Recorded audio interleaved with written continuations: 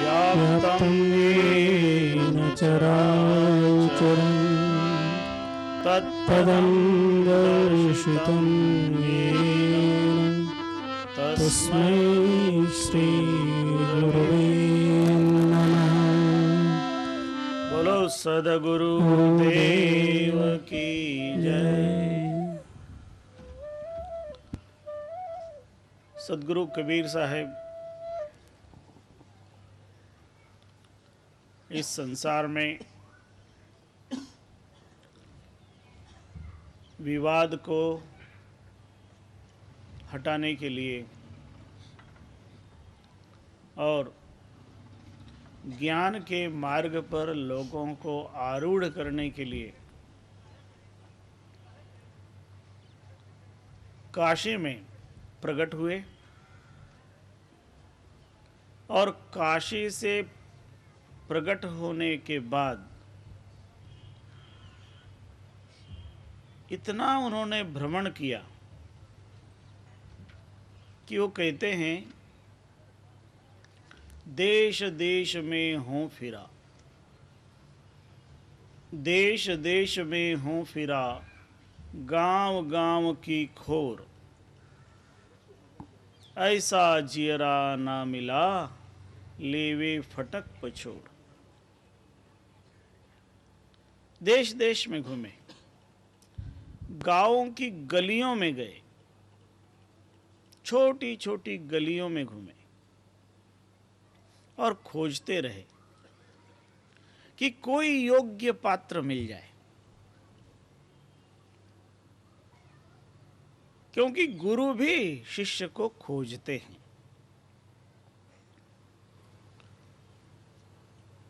कभी शिष्य गुरु को खोजता है और जहाँ योग्य गुरु मिल जाता है वहाँ शिष्य टिक जाता है। कभी गुरु शिष्य को खोजते हैं।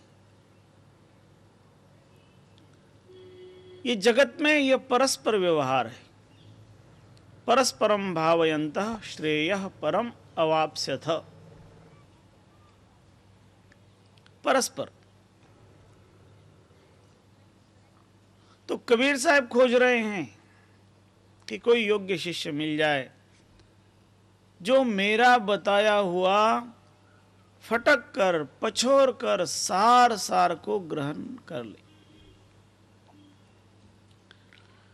क्योंकि ग्रंथों में, प्रवचनों में जो बात कही जाती है उसमें बहुत सी बातों की मिलावट होती है।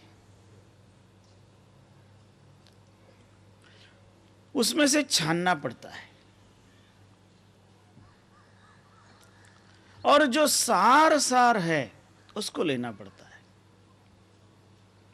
इसीलिए तो कबीर साहब ने कहा है, साधु ऐसा चाहिए जैसा सूप सुभाग, सार सार को गही रहे, थोथा दे उड़ाय। सार सार को ग्रहण करना। जो छिलके हैं जिनमें कोई वजन नहीं है उसको उड़ा देना। पुराने जमाने में कहीं कहीं अभी भी माताएं बहनें सूप से अन्न को पछोड़ती है और सूप से पछोड़ते समय जो हल्का हल्का अन्न होता है वो बाहर फेंका जाता है और उस अन्न के साथ जो कंकड़ होते हैं, मिट्टी होती है, वो एकदम नीचे रह जाती है और बीच में जो है वो सारा शुद्ध अच्छा अन्न आ जाता है। तो उनको पछोड़ करके धीरे धीरे अलग कर लेते हैं। इससे मिट्टी अलग हो जाए जो बहुत ज़्यादा भारी है और कचरा उड़ जाए क्योंकि वो बहुत हल्का है। जो भारी है कहा जाता है वो भी सार नहीं है और जो हल्का है वो भी नहीं है, काम का नहीं है। काम का वह है जो बीच में है। इसलिए यहां हमें निर्णय करना पड़ता है कि क्या हमें लेना है, क्या हमें छोड़ना है। यदि व्यक्ति यह सोचता हो कि मात्र कथा श्रवण करने से, प्रवचन श्रवण करने से मुझे वह तत्व प्राप्त हो जाए, तो कहते हैं कि नहीं होगा। क्योंकि बहुत कथा भी सुनते हैं, बहुत प्रवचन भी सुनते हैं। नायमात्मा प्रवचनेन लभ्यः न मेधया न बहुधा श्रुतेन। बहुत सुनने के बाद भी वह मिलता नहीं, बहुत प्रवचन करने से भी वो मिलता नहीं। क्योंकि वास्तव में ये जो प्रवचन है और ये जो श्रवण है, ये दोनों ही साधन हैं। और यहां तो जो गहरा उतरेगा वही पाएगा। ज्ञान तो गंभीर है, और जो गंभीर ज्ञान है उसे यदि हृदयंगम करना है तो व्यक्ति को उस गहराई को पकड़ना पड़ेगा। इसलिए यहां जो सारग्राही है वही श्रेष्ठ है। इसलिए सार ग्रहण करना, प्रवचनों के बीच में बताए जाने वाले जो दृष्टांत होते हैं वो प्रायः झूठे होते हैं, याद रख लेना। कभी उनको सच्चा मत मान लेना। कोई कोई सच्चा प्रसंग होता है, लेकिन सामान्यतया जितने दृष्टांत होते हैं वो बनाए हुए होते हैं। इसलिए यदि कोई व्यक्ति उन दृष्टांतों को पकड़ लेगा,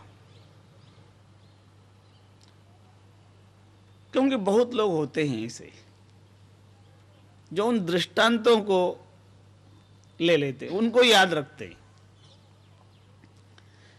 जिस कारण वो दृष्टांत कहा जा रहा है, जिस तत्व को समझाने के लिए वो कहा जा रहा है, जब तक उसे न पकड़ा जाए तब तक उस दृष्टांत का कोई अर्थ नहीं है। कभी कभी आप देखते हैं कि प्रवचनों में हास्य की बात भी आती है, उसका भी उतना ही अर्थ है। कभी सच मत समझ लेना, क्योंकि सच उससे भिन्न है। सत्य तो सार है। इसलिए जो कचरा है वो हटा करके उसे ग्रहण करना पड़ेगा। और यदि उस सार को ग्रहण करना है तो स्थिर होना पड़ेगा। एक बार भगवान बुद्ध अपने शिष्यों के साथ भ्रमण में निकले हुए थे। एक पेड़ के नीचे बैठे और एक शिष्य को कहा कि जाओ कहीं जल हो तो ले आओ। शिष्य जल लेने के लिए गया। जब वह नदी के किनारे पहुंचा, उसी समय एक पशुओं का झुंड आया और वह कुछ जल पीने लगे और कुछ जल में घुस गए और सारे जल को एकदम गंदा कर दिया।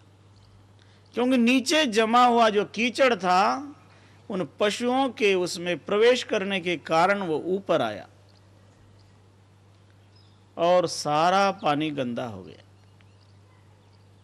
सारे पानी को गंदा देख करके शिष्य के मन में यह भाव जगा कि ये गंदे पानी को गुरु जी के पास कैसे ले जाऊं। इसलिए वो खाली कमंडलू लेकर वापस आया। गुरुजी ने पूछा, क्यों तुम खाली कमंडलू लेके आए? तुम तो पानी लेने गए थे। तो शिष्य ने कहा, गुरुदेव कैसे ले आऊं जल? एकदम गंदा था। कुछ पशु लोगों ने उस जल को एकदम इतना गंदा कर दिया था कि कोई भी तरह से पानी घड़े में भरने लायक नहीं रहा। गुरुदेव ने कहा कि तो तुम चले आए, तुम वापस वहां जाओ और थोड़ी देर प्रतीक्षा करो।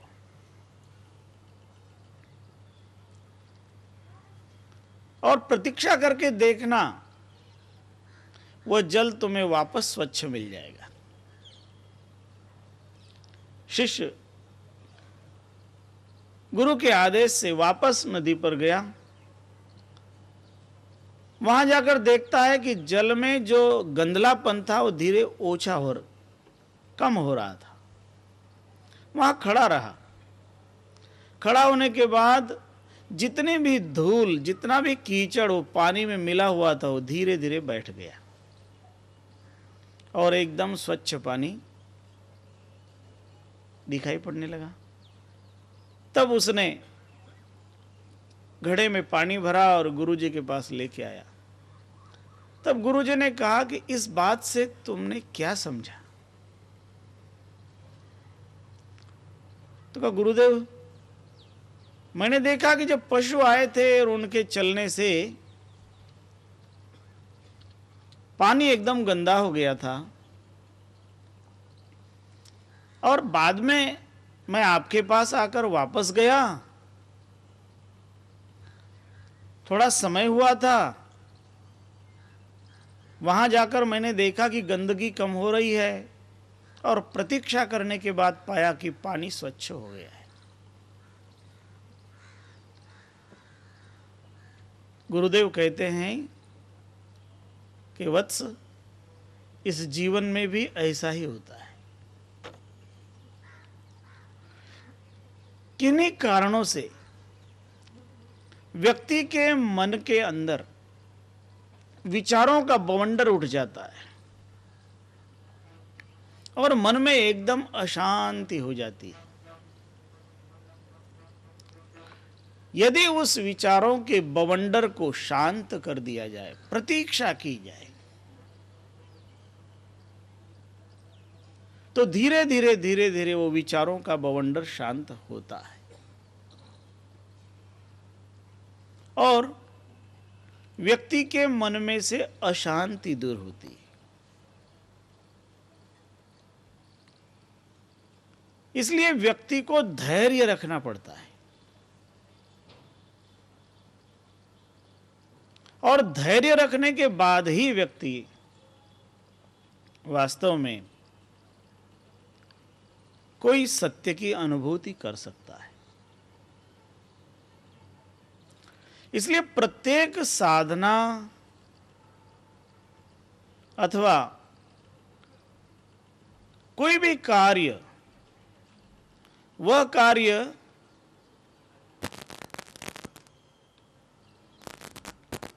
यदि धैर्यवान व्यक्ति होगा तो अच्छी भांति कर लेगा।